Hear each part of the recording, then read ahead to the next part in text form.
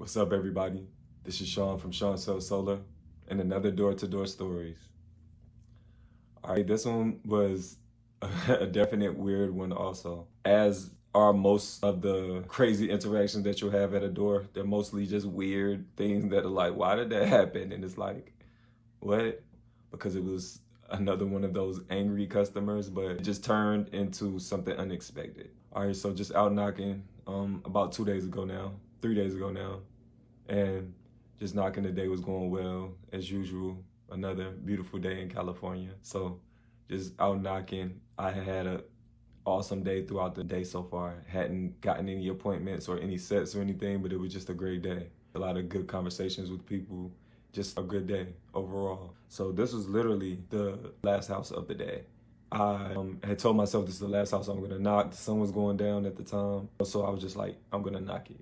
And I carry around a little golf ball to knock on the doors. I'll explain that in another video, but I carry around a golf ball to knock on the doors. So I walk up to this guy's door and the screen door is open, so I can kind of see inside the house. So I rang the doorbell and no one came to the door, which was kind of weird because like I know someone's home and the screen door is open, so I know they heard me.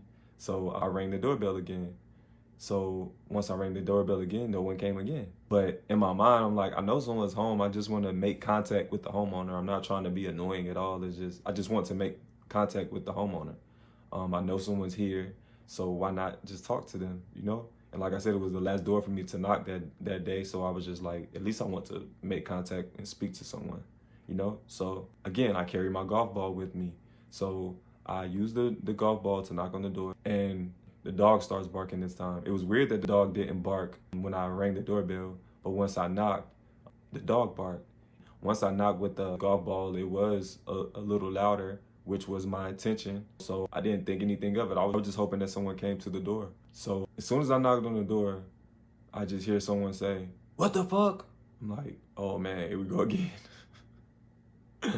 But at the same time, I still didn't know what to expect because he could have just said, "What the fuck?" Like, just asking, like, what the fuck, who was that, you know?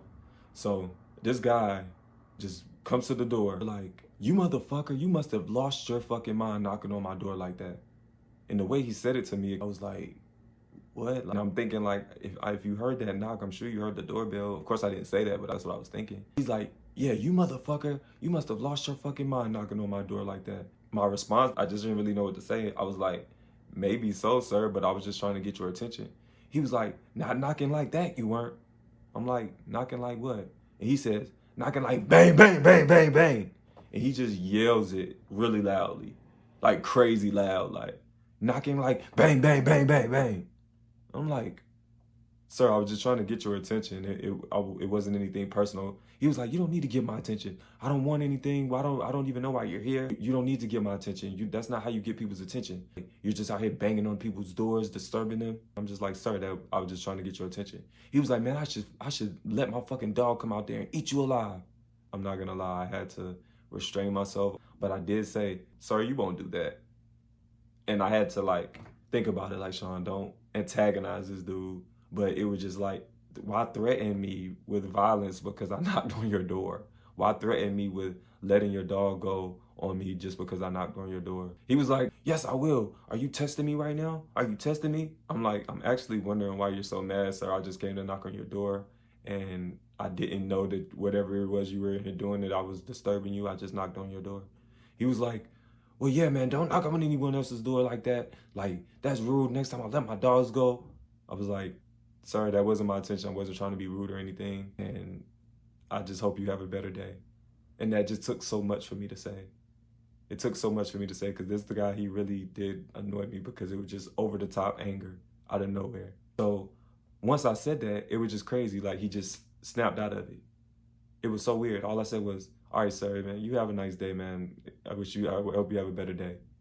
He just snapped out of it. He was just like, "You know what, man? I am having a bad day, and I'm sorry that I yelled at you like that. Hopefully you make a lot of sales today, and I just wish you the best of luck." And it was just so weird, like, which one is it, bro? You just flipped out on me. Now it's have a great day and all of this other stuff. Of course, I didn't say that. I was just thinking it.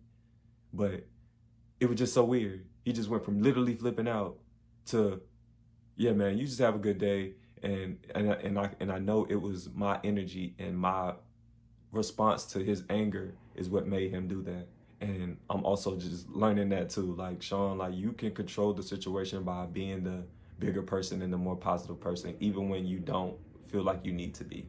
It wasn't my responsibility to save that interaction, but I just chose to because I'm out here trying to service the community. I'm not trying to annoy people and get altercations with people. But it definitely took a lot in me not to let this guy like just completely just knock me off center and get into a back and forth banter with him.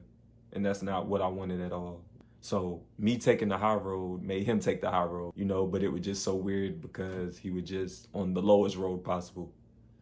So he was just like, yeah, man, I hope you have a nice day. And I apologize about yelling at you. And I was just like, all right, man, have a nice day. God bless. And I just walked away. I was very annoyed when I walked away. I'm not going to lie, just because it was just like, man, where did that come from? And for it to just be my last interaction and for it to have gone like that, it definitely kind of annoyed me. But at the same time, it just reminded me of Sean, this is a part of the job. And it was nothing. Just let it go. And that's exactly what I did. Why did that have to happen on the last door? Like, put a negative energy on me on the last door for me to go home with and have that on my mind? But you're in control of your thoughts. So I purposely forgave myself for allowing him to annoy me and forgave him for being annoying.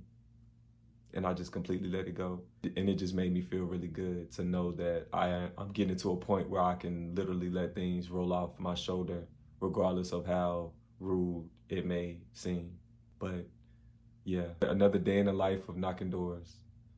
And to you guys, just let things roll off your shoulders. Take the high road sometimes, because people need that. People, sometimes they need a reminder of how they should interact with people. You taking the high road will make people realize the low road that they're on.